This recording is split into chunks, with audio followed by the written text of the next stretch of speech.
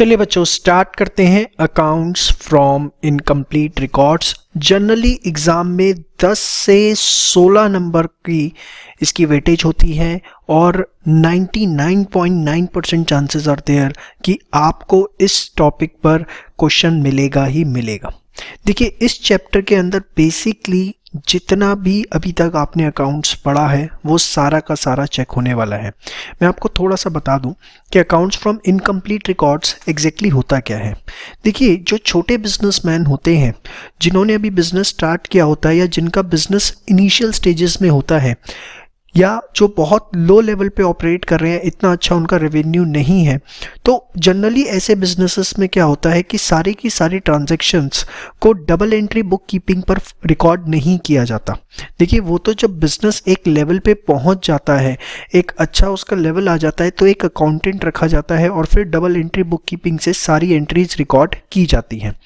लेकिन in small businesses होता क्या है कि कुछ ट्रांजैक्शंस तो होती हैं जो कंप्लीटली रिकॉर्ड होती हैं, कुछ ट्रांजैक्शंस होता है जो पार्शली रिकॉर्ड होती हैं और कुछ ट्रांजैक्शंस ऐसा होता है जो कंप्लीटली इग्नोर होती हैं। लाइक छोटा सा एग्जांपल दूं कि आपने अपनी गली में जो बनिए की दुकान देखी होगी, क्या आपको लगता है वहाँ डेप्रिसिएशन चार्ज होता होगा?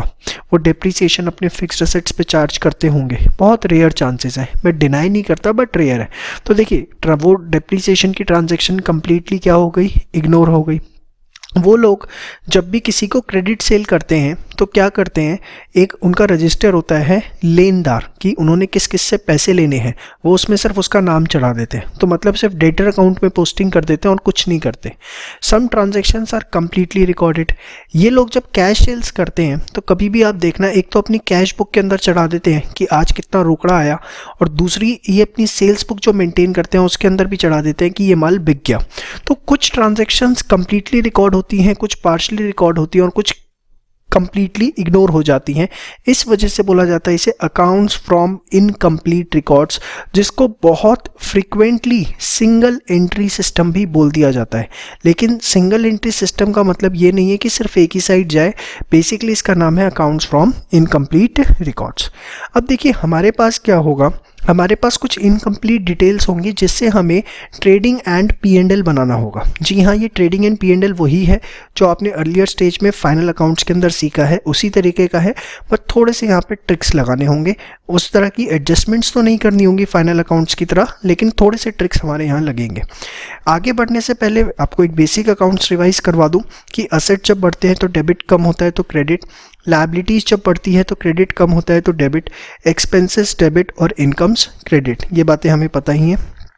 देखिए सारी चीज़ें आपको नोट करनी है, एक एक अच्छे से करनी है। चैप्टर में करने में कोई सेट फॉर्मूला नहीं है, आपको ट्रेडिंग P&L बैलेंस शीट ही बनानी है जो आपको बहुत अच्छे से आती है। हाँ, मैं आपको बहुत अच्छे तरह के क्वेश्चन प्रैक्टिस करवाऊंगा ताकि एग्जाम में आप कहीं फंसे ना। अब एक वर्ड आगे बढ़ने से पहले आप डिस्कस कर लीजिए मेरे साथ ताकि आपको दिक्कत ना आए, statement of affairs and balance sheet. देखिए जब आप डबल एंट्री बुक कीपिंग करते हैं तो आप सबसे पहले जर्नल बनाते हैं, उसके बाद लेजर बनाते हैं, उसके बाद आप ट्रायल बैलेंस बनाते हैं और ट्रायल बैलेंस की हेल्प से फिर आप क्या बनाते हैं, बैलेंस शीट। तो बैलेंस शीट जो है वो basically double entry book keeping system के अंतर्गत बनती है। लेकिन स्टेटमेंट ऑफ अफेयर्स क्या होता है, बड़े ध्यान से समझना। सपोज आप किसी बिजनेस हाउस के पास गए, ठीक है, उसकी दुकान, किसी दुकान में गए बिजनेस हाउस में, आपको उसने बोला कि यार मेरी बैलेंस शीट बना दो, और अभी तक उसने कोई अकाउंट्स वगैरह मेंटेन नहीं किए। It's a very common process. जब आप CA बन जाओगे तो होगा क्या भाई, CA बनते के साथ ही आपको रिलायंस का तो ऑडिट मिल नहीं जाएगा, टाटा का तो ऑडिट मिल नहीं जाएगा, तो होता क्या है, छोटे छोटे बिजनेसमैन के ऑडिट मिलते हैं। अब सपोज आपको एक बिजनेसमैन का ऑडिट मिला, उसकी ये शॉप है, ठीक है, उसने बोला जी मुझे बैलेंस शीट बनवानी है, ना आज तक उसने जर्नल बनाई ना उसने लेजर। अब आप कहोगे बैलेंस शीट कैसे बना दूँ भाई, कैसी कैसी बातें कर रहा है। तो अब उसकी बैलेंस शीट बनाने का एक तरीका होता है। आप क्या करते हो, ऐसी बैलेंस शीट्स जो बनती हैं basically not with the help of double entry book keeping, आप क्या करते हो, उससे कुछ डिटेल्स लेते हो। आप उसके फिक्स्ड एसेट्स वहीं पे खड़े खड़े ऑब्जर्व कर लेते हो कि भैया कुछ इस पे अलमीराज हैं, फ़ैन हैं, एयर कंडीशंस हैं, ठीक है, वो सारे फिक्स्ड एसेट्स आपने लिख दिए।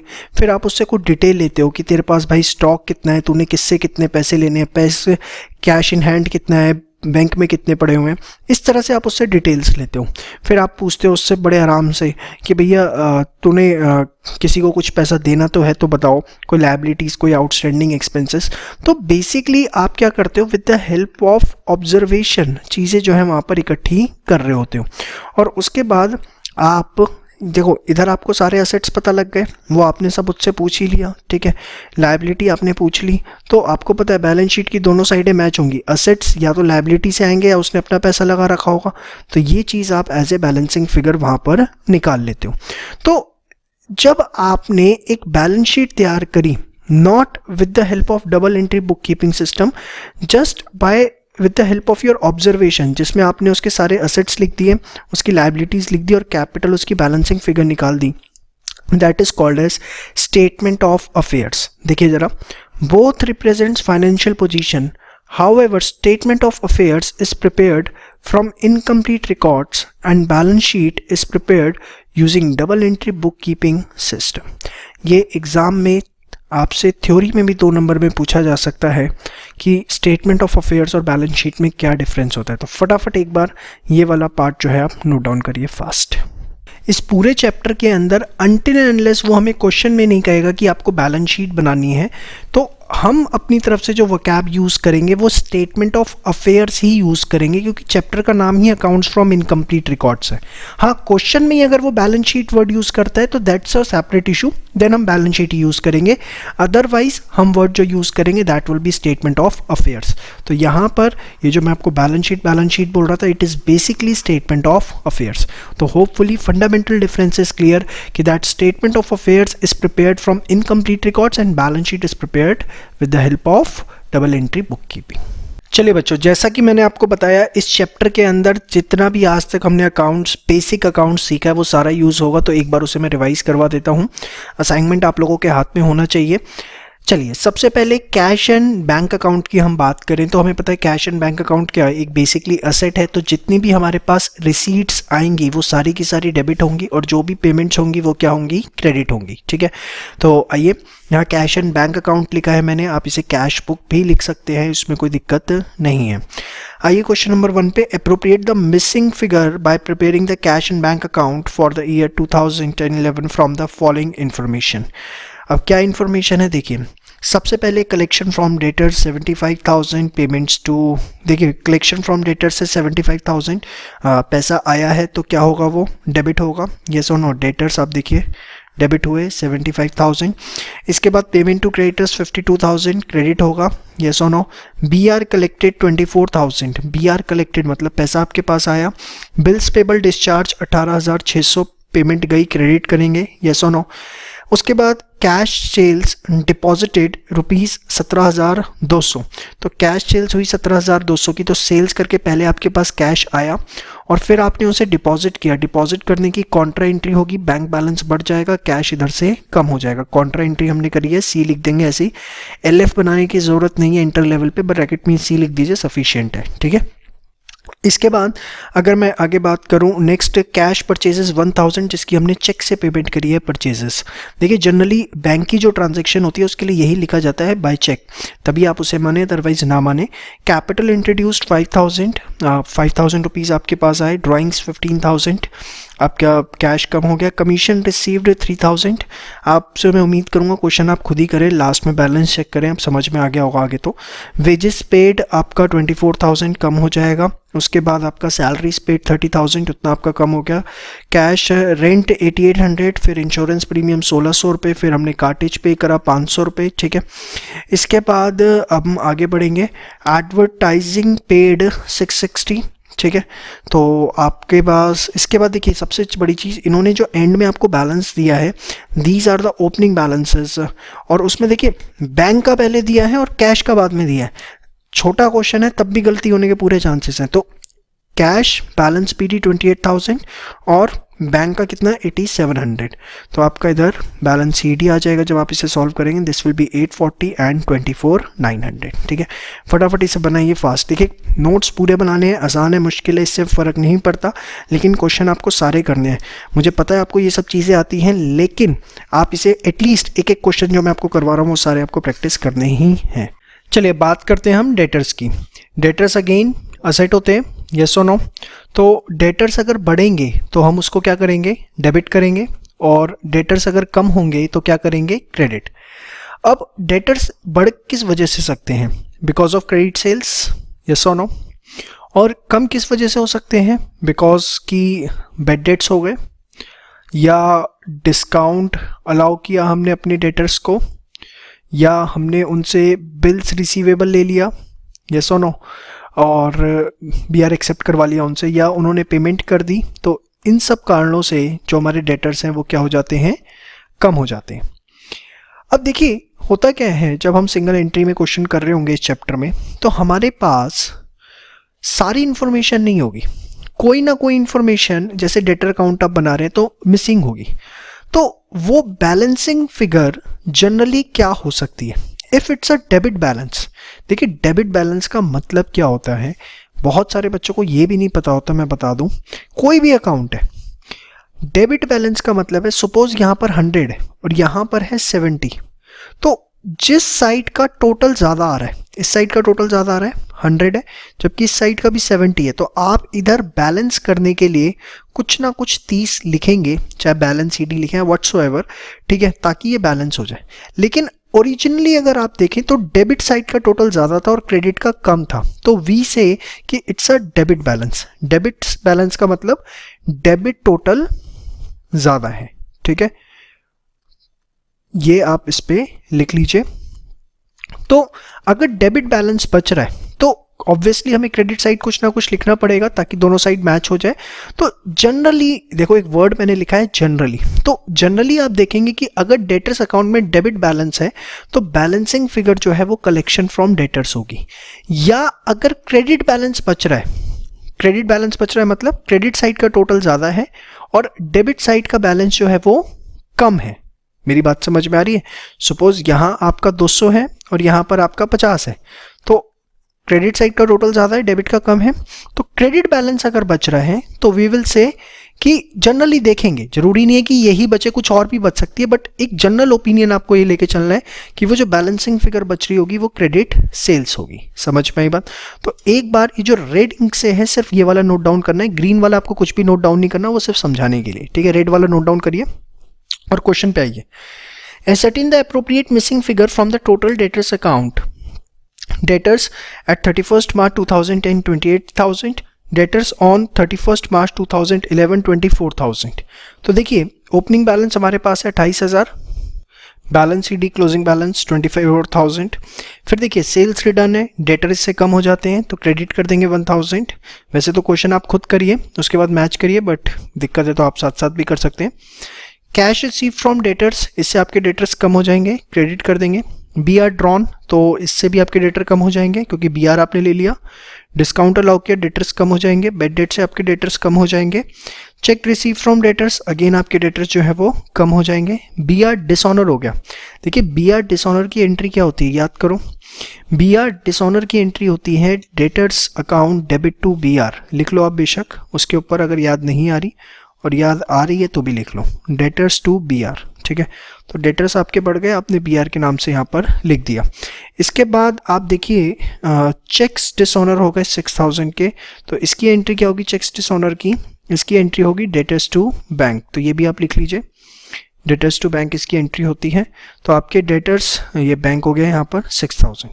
तो देखिए अब आपने सब कुछ लिखा तो इसमें क्रेडिट बैलेंस बचा, और क्रेडिट बैलेंस में मैंने आपको बताया जनरली आप देखेंगे क्रेडिट सेल्स होगी, ठीक है, इन 99.9% केसेस।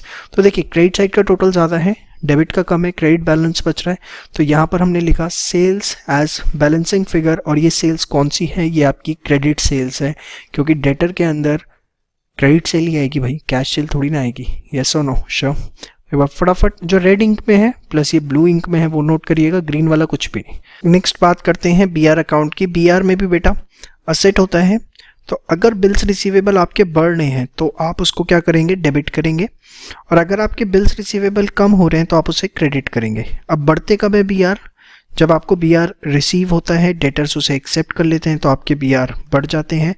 और कम कब होते हैं, जब या तो बी आर आपके डिसऑनर हो जाए, ठीक है, या आप उसको एंडोर्स कर दो किसी को, तो भी आपके बी आर क्या हो जाते हैं, कम, क्योंकि अब आपके पास नहीं रहे, या आपको पेमेंट मिल जाए तो भी आपके BR जो है वो कम हो जाते हैं। यस और नो? तो BR अकाउंट बनाते हैं। अच्छा, इसमें भी जब बैलेंसिंग फिगर बचेगी तो जनरली अगर डेबिट बैलेंस बच रहा है, क्या मतलब है डेबिट बैलेंस का?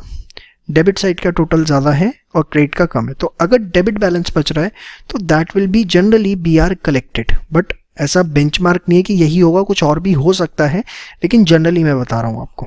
और अगर क्रेडिट बैलेंस है तो जनरली आप देखेंगे कि बैलेंसिंग फिगर क्या बच रही होगी? BR drawn. समझ में आ गया? श्योर। अच्छा, आइए जरा एक क्वेश्चन है उसे देखते हैं। Bills receivable as on 31st March 2011 10,000, BR on 31st March 2010 8,000। दिख रहा है आपको? तो ओपनिंग है आपके पास 8,000, क्लोजिंग है आपके पास 10,000। BR कलेक्टेड तो 10,500 के कलेक्ट हुए, कैश आया। क्या एंट्री होगी इसकी? कैश टू BR कम हो गया, credit. BR of ₹50,000 discounted with the bank at A discounting of 2,000। तो एक बात बताओ, जब इसकी एंट्री क्या होगी? अगर हम BR डिस्काउंट कराते हैं तो कैश हमारे पास आया, या कैश नहीं सीधे बैंक में आता है पैसा, बैंक अकाउंट डेबिट। यस और नो? डिस्काउंटिंग चार्जेस डेबिट होते हैं टू BR। याद आ रहा है आपको? यस और नो? याद आना चाहिए, ये बहुत इंपॉर्टेंट, ये तो बच्चों वाली चीज़ें हैं भाई, सारी सीख के आ रहे हो। 2,000 और ये आपका कितना हुआ? 48,000। तो देखिए, बैंक से 48 लिख दिया और डिस्काउंटिंग चार्जेस हमने लिख दिया कितने? 2,000। BR ₹25,000 endorsed in favour of creditors. तो BR आपके कम हो गए, ठीक है, और दैट्स इट। तो अब देखिए आपकी बैलेंसिंग फिगर, अगर आप देखें क्रेडिट बैलेंस बच रहा है, मैंने आपको बताया था क्रेडिट बैलेंस बचे तो that's a BR drawn. Credit side का टोटल ज़्यादा है, डेबिट का कम है, तो बैलेंसिंग फिगर जो है वो आपकी 87,500 आई। दैट इज़ BR ड्रॉन, कि जो BR हमने ड्रॉ किए या हमें रिसीव हुए एक ही बात है, तो हमने उसे डेटर्स अकाउंट से लिख दिया, ठीक है। तो BR ड्रॉन समझ रहे हो ना? कोई दिक्कत तो नहीं आ रही? श्योर। चलिए, अब आगे बढ़ने से पहले दो बातें आपको ध्यान रखनी है। अगर क्वेश्चन में जो कंप्लीट क्वेश्चन हम करेंगे, अगर उसमें डेटर और BR अकाउंट हमें दोनों ही बनाने हैं, तो उस केस के अंदर सबसे पहले हम क्लोज करेंगे BR अकाउंट को और उसके बाद हम क्लोज करेंगे अपने डेटर्स अकाउंट को। समझ में आई बात? In case both debtors and BR account is required to be prepare, then firstly close BR account and thereafter debtor account. समझ में आ गई बात? श्योर। और एक और बात आपको जो यहाँ पर ध्यान रखनी है, बड़े ध्यान से सुनिएगा। देखिए, अगर आपके डेटर अकाउंट आपने जो बनाया था सेकंड क्वेश्चन के अंदर, देखिए यहाँ पर आपने सेल्स लिखी 99,800, ठीक है, और सेल्स रिटर्न अपोजिट लिखा हुआ है यहाँ पे 1,000। यस और नो? तो ये जो 99,800 आपकी सेल्स आई थी, ये आपकी ग्रॉस क्रेडिट सेल है। अगर ये नेट क्रेडिट सेल नहीं है, आपकी ग्रॉस क्रेडिट सेल है। इसमें से जब आप 1,000 माइनस करेंगे तो आपकी जो है नेट क्रेडिट सेल आएगी 99,100 माइनस 1,000, दैट इज 98,800। समझ में आई बात? ये आपकी फिर नेट क्रेडिट सेल आएगी। तो यही बात जस्ट एक रेफरेंस के लिए मैंने यहाँ पर लिखी है कि sale in debtor account is gross credit sale. आगे लिख लीजिएगा बेशक, to find net credit sale formula is gross credit sales minus sales return, या आप रिटर्न इनवर्ड भी कह सकते हैं। Next creditors account. Creditor basically हमारे लिए लायबिलिटी है, तो लायबिलिटीज जब बढ़ती हैं तो उसे हम क्रेडिट करते हैं, और जब कम होती हैं तो हम उसे डेबिट करते हैं। अब क्रेडिटर्स कम कब होते हैं? जब हम उन्हें पेमेंट कर दें, येस और नो, या क्रेडिटर्स जो हैं हमें डिस्काउंट दें किसी तरीके का, या कोई परचेज रिटर्न हो, येस और नो, या हम BP एक्सेप्ट कर लें तो भी हमारे क्रेडिटर्स जो हैं वो क्या हो जाते हैं? कम हो जाते हैं। बढ़ते कब हैं? जब हम क्रेडिट परचेजेस करेंगे, बेसिकली इस वजह से ही बढ़ते हैं। यस और नो?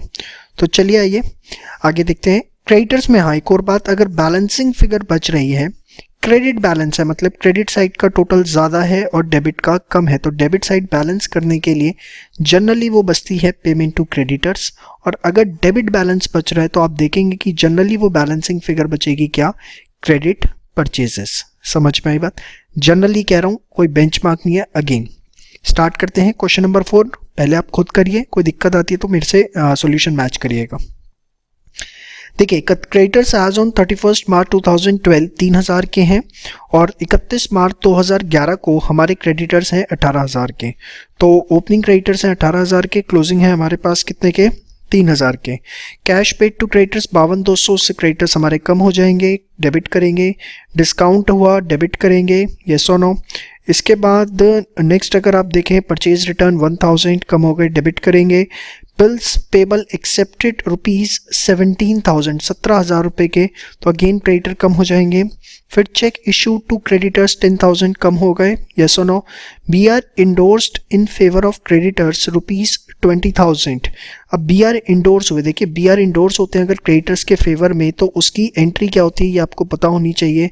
एक तो आपके बी आर जो है बेटा वो कम हो जाते हैं, दूसरा आपके जो क्रेडिटर्स हैं वो भी कम हो जाते हैं, यही एंट्री होती है, क्योंकि आपके क्रेडिटर्स कम हो गए और दूसरा उधर से बी आर आपका कम हो गया, तो creditors to B R entry होती है। क्रेडिटर डेबिट हो रहा है बी आर से 20,000, यस और नो। इसके बाद B R endorsed in favour of creditors 20,000, out of which 25% bills were dishonoured. याद करो, अगर मैं आपको समझाता हूं, इसे बड़े ध्यान से देखिएगा। सपोज हमारे पास कोई बी आर था जिसको हमने मिस्टर बी से पेमेंट रिसीव करनी थी, और ये ए है, चलो हम ये हो जाते हैं। हमने इसे इंडोर्स कर दिया सी को, ठीक है। अब ड्यू डेट के ऊपर जो बी है वो रिफ्यूज टू मेक पेमेंट, वो पेमेंट नहीं करता। बी कहता है कि मैं पेमेंट नहीं कर पाऊंगा, तो हमारे लिए हमारी बुक्स में क्या होता है, बी जो है वो हमारा दोबारा से डेटर बन जाएगा, और ये हमारा दोबारा से क्या बन जाएगा, क्रेडिटर बन जाएगा, यस और नो। हम अपनी बुक्स में क्या एंट्री डालेंगे, debtor account debit to creditor. अगर इंडोर्स बिल डिसऑनर हो जाता है, ओरिजिनल पार्टी पेमेंट करने से मना कर देती है, तो हम उसकी एंट्री क्या डालते हैं, debtor account debit to creditor account, yes और नो, श्योर। तो वही ये देखिए डेटर टू क्रेडिटर एंट्री होती है, क्रेडिटर क्या हो रहा है, क्रेडिट। अब 20,000 का 25% कितना होता है, 5,000 रुपये। तो देखिए क्रेडिटर, क्रेडिट साइड आपने लिखा डेटर के नाम से 5,000, ठीक है। अब आप देखिए डेबिट बैलेंस बच रहा है, डेबिट का टोटल ज़्यादा है, क्रेडिट का कम है, तो इस साइड बैलेंस करने के लिए हम लिखेंगे purchases as balancing figure 81,200। These are basically your credit purchases, ये आपकी क्रेडिट परचेजेस हैं गुड्स की। समझ में आई बात, श्योर। चलिए सेम वे जैसे अपने क्रेडिटर बी आर अकाउंट बनाया था, सेम वे यहाँ पर बीपी अकाउंट है। बीपी अगेन जो है आपके लिए क्या होता है, लायबिलिटी होता है। लायबिलिटी अगर आपकी बढ़ेगी तो आप उसे क्या करेंगे, क्रेडिट। कम होगी तो आप क्या करेंगे, डेबिट। कम कब हो जाएगी, जब आप बीपी की पेमेंट कर देंगे, यस और नो। और बढ़ कब जाएगा, जब आप बीपी को एक्सेप्ट करेंगे, यस और नो। तो बैलेंसिंग फिगर की अगर आप बात करें, क्रेडिट बैलेंस बच रहा है तो बीपी पेड, डेबिट बच रहा है तो बीपी एक्सेप्टेड, जनरली ऐसा होगा, बाकी कुछ भी हो सकता है। चलिए देखिए नीचे बीपी ओपनिंग आपको गिवन है 2000, क्लोजिंग आपको गिवन है 400, फिर बिल्स डिस्चार्ज हुए 18,600 के, यस और नो। डिस्चार्ज का मतलब आपने पेमेंट करी। तो ये तीन इन्फॉर्मेशन आपके पास है। आप देखिए आपके पास डेबिट बैलेंस बच रहा है, दैट रिप्रेजेंट्स कि कितने आपने साल भर में बिल्स एक्सेप्ट किए। बीपी एक्सेप्ट करने की एंट्री क्या होती है बताओ, बीपी एक्सेप्ट करने की एंट्री होती है क्रेडिटर्स टू बिल्स पेबल, हाँ या ना, शो। तो ये आपकी एंट्री जो है हो जाएगी 17,000। तो ये आपका मैच हो गया, समझ में आई बात। अब देखिए यहाँ पर भी आपको वही बात ध्यान रखनी है, अगर क्वेश्चन में क्रेडिटर और बीपी अकाउंट दोनों है तो आप सबसे पहले बीपी अकाउंट को क्लोज करेंगे, देन क्रेडिटर अकाउंट को क्लोज करेंगे, समझ में आई बात। और जो परचेजेस आपको क्रेडिटर अकाउंट में दिख रही थी वो कौन सी थी, ग्रॉस क्रेडिट परचेजेस, जो आपको यहाँ दिख रही है ये purchases, these are the gross credit purchases, समझ में आई बात। इसके बाद यहाँ पर आप जो रिटर्न है ये इसमें से माइनस करेंगे तो आपकी नेट क्रेडिट परचेजेस आएंगी। मैं लिख दूँ, net credit purchases are gross purchases gross credit purchases minus purchase return, ठीक है। चलिए अभी हम बेसिक क्वेश्चन जस्ट प्रैक्टिस कर रहे हैं ताकि बड़े क्वेश्चन करते हुए हमें कोई दिक्कत ना। इस तरह का कोई क्वेश्चन एग्जाम में आएगा नहीं, बट ये हमें प्रैक्टिस इसलिए करने ताकि हमारी एक स्मूथनेस जो है वो मेंटेन हो जाए। हाँ जी, चलिए बात करते हैं एक्सपेंसेस किस तरीके से P&L में आते हैं। हमें पता है जो भी एक्सपेंसेस पे किए उसमें outstanding at the end add हो जाते हैं। बिगनिंग में जो आउटस्टैंडिंग होते हैं वो minus, prepaid at the beginning जो है वो प्लस होते हैं और prepaid at the end minus होते हैं, और जो बैलेंस आता है वो P&L में जाता है। ऐसा क्यों होता है? बिकॉज ऑफ एक्वरल कॉन्सेप्ट, यह सारा हमने अर्लियर स्टेज पे देखा हुआ है। देखिए, इंस्टेड ऑफ दैट हम मेमोरेंडम एक्सपेंस अकाउंट भी बना सकते हैं, क्योंकि आउटस्टैंडिंग एक्सपेंस जो है वो लायबिलिटी होता है और जो प्रीपेड एक्सपेंस होता है वो हमारे लिए क्या होता है? असेट होता है। तो आप चाहे स्टेटमेंट से करिए चाहे एक्सपेंस अकाउंट में बना के करिए, कोई उससे फ़र्क नहीं पड़ता। एक क्वेश्चन है, उसे देखिए ज़रा। आउटस्टैंडिंग सैलरीज आपको गिवन है, ओपनिंग 10,000, क्लोजिंग 15,000। तो ये आपकी आउटस्टैंडिंग सैलरी जो आपको गिवन है उसका ओपनिंग बैलेंस जो कि लायबिलिटी है 10,000 और ये उसका आपका क्लोजिंग बैलेंस कितना हो गया? 15,000। इसके बाद प्रीपेड सैलरी, इसका ओपनिंग बैलेंस है 20,000 और क्लोजिंग कितना है? 30,000। समझ में आई बात? इसके बाद कैश सैलरी पेड, तो सैलरी पे करने की एंट्री क्या होती है? Salary to cash, salary account debit हो गया, तो ये आपकी P&L से बैलेंसिंग फिगर आ जाएगी 95,000 रुपीज़। आप इसे ऐसे करिए या आप इसे इसमें भी करके करते तो भी आपका वही आंसर आना था कि 1 लाख रुपए हमने सैलरी पे करी। आउटस्टैंडिंग एट द एंड जो है वो 15,000 रुपये है, बिगनिंग में जो है वो 10,000 रुपये है, प्रीपेड इन द बिगनिंग जो है वो 20,000 है और प्रीपेड एट द एंड जो है वो आपका 30,000 है। तो इसको भी अगर आप देखें तो आपका आंसर सेम ही आएगा 95,000 रुपीज़। ठीक है, जस्ट फॉर प्रैक्टिस आपके लिए मैंने बताया। हाँ, इसमें भी सेम वे डेबिट बैलेंस अगर बचता है तो वो P&L बचता है, दैट इज़ कितना ड्यू हुआ, क्योंकि P&L में ड्यू बेसिस पे जाता है, और क्रेडिट बैलेंस बचता है तो वो पेड, बट जनरली वो P&L ही आपसे निकलवाएगा। फटाफट नोट कर लीजिए फास्ट। इसके बाद सेम वे हमारा मेमोरेंडम इनकम अकाउंट है, जिसमें आउटस्टैंडिंग इनकम हमारे लिए असेट होती है क्योंकि हमें रिसीव होनी है, और प्रीपेड इनकम हमें एडवांस में मिल गई तो वो हमारे लिए लायबिलिटी होती है। तो इसके बेसिस पर भी आप एक क्वेश्चन कर लीजिए नेक्स्ट। इसके बाद एग्जाम क्वेश्चंस पे आएंगे हम, फुल फ्लैश जो आते हैं एग्जाम में। देखिए, एक्रूड इंटरेस्ट आउटस्टैंडिंग इंटरेस्ट है, तो जो आपका आउटस्टैंडिंग इंटरेस्ट है वो हमारे लिए असेट होता है। तो यहाँ पे 10,000 आ गया और ये आपका 15,000 आ गया। फिर आपका इंटरेस्ट रिसीव्ड इन एडवांस, वो यहाँ पे 20,000 और यहाँ पे आपका 30,000, क्योंकि लायबिलिटी होता है।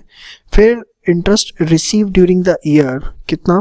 1 लाख रुपए। रिसीव करने की एंट्री क्या होती है बताओ? Bank account debit to interest, तो ये आपका क्रेडिट हो गया, तो P&L आपकी बैलेंसिंग फिगर आ जाएगी। से स्टेटमेंट फॉर्म में भी कर सकते हैं, अकाउंट बना के भी कर सकते हैं, जो आपका सही लगे। इसमें अगर क्रेडिट बैलेंस बचता है तो दैट रिप्रेजेंट्स P&L ड्यू, और डेबिट बैलेंस बचता है तो दैट रिप्रेजेंट्स पेड।